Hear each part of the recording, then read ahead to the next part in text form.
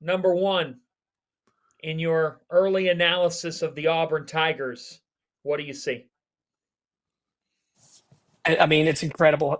Their shot making ability, their perimeter guys, to the way they can shoot off the catch, off the bounce, with range, floaters. I mean, they've got it all. And then you factor in Janai Broom might be the most efficient low block scorer in the country. They've got a lot of weapons, and they've got great role players that support their stars really, really well. It's and then on defense, they're active, they're aggressive, and if we don't take care of the basketball, it could be a long night. But fortunately for us, we do have good size and we have good perimeter depth, and our wings have good size as well. So it's going to be a tough go, but I mean, we've really improved, and we feel good about I guess the temperature of our team right now.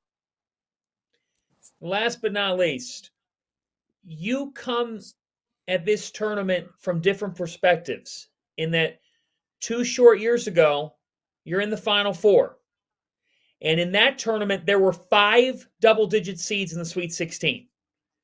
This year, there's one, and its name is Arkansas, who you don't think of as a double-digit seed.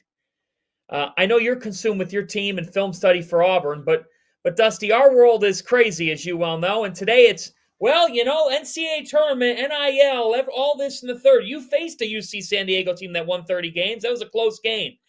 There's a lot of people in the outside world who are like, okay, Cinderella, she's dead. It'll never happen again. And it's like, the three of us, we don't believe that. You're a coach in this thing. I know you don't have a crystal ball, but what would you say to people out there who are like, yeah, that's over? I don't think Cinderella's dead. I think Cinderella is going to look a lot like UCSD did or does, where they're old. They come from maybe lower levels. They were overlooked, and I used to tell our guys at FAU when we'd play in non-Division One, and they'd have really good players. I'd say, guys, these guys are Division Two because there wasn't a Division One coach that saw them play or took a chance on them. They're Division One players, so I think that's what it's going to look like, where they don't come from maybe this network that we're in, or this high, Division One. Even I think they're going to come from different areas, but I think what it's done is you've taken all the best players from the lower leagues and you've put them spread out through the Power Five level, and now 1 through 18 in our league, 1 through 16 in this league. Everyone at the bottom is much better than the bottom used to be, and the teams at the bottom are there because maybe they had an injury or they just didn't finish games as well as the teams at the top. But it's caused a lot more parity in our leagues. But without a doubt, there's going to be enough guys that are just maybe 2 inches shorter. Maybe they just don't look the part. But man, they can play ball, and they all find a way to come together and form something unique.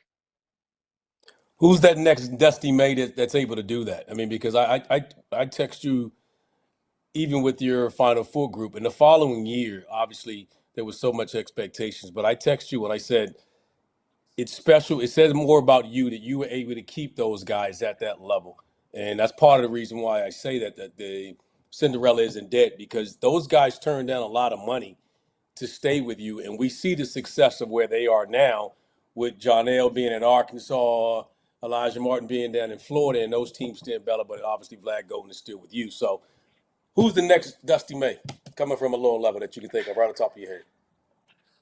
Well, I mean, you saw Ben McCollum move up from Drake into our league. I mean, they're a prime example. Those guys came from Division Two, and Bennett Sturts gets a lot of credit, but man, Mascari, I mean, he was going to be an accountant. Man, that guy's shooting from the parking lot, like garden guys and step back threes and scoops. I mean, so I don't think we could say right now who they are, because if we knew, then they'd be gone. Then they would already be scooped up from someone else.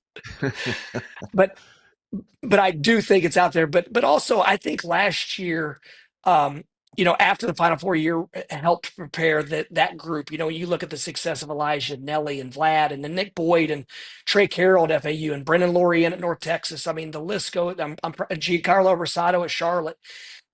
All those guys had enormous success, and part of it was the way they practiced and competed, and iron really sharpened iron. But also last year, I think, prepared them like it did for me as a coach. I felt like we became almost a high major team for one year, where we had a lot of the high major problems, at a smaller scale. And I think it prepared all of us for what we were going to be in this situation, because it is different. It's not better. It's not worse when it comes to teamwork, but it is different because of an assortment of reasons. Michigan, Auburn, Friday, 9:39 Eastern time on CBS from Atlanta. That Izzo guy apparently always gets the early game because he's going to hit the hay, I guess, around 10 o'clock. So no, Dusty, thank you very much for taking the time. Thanks Good for luck, staying Dusty. up late with us, and congratulations. Thanks, guys. John, we got to get some Big Ten guys on here, man. All these ACC guys. I'll get on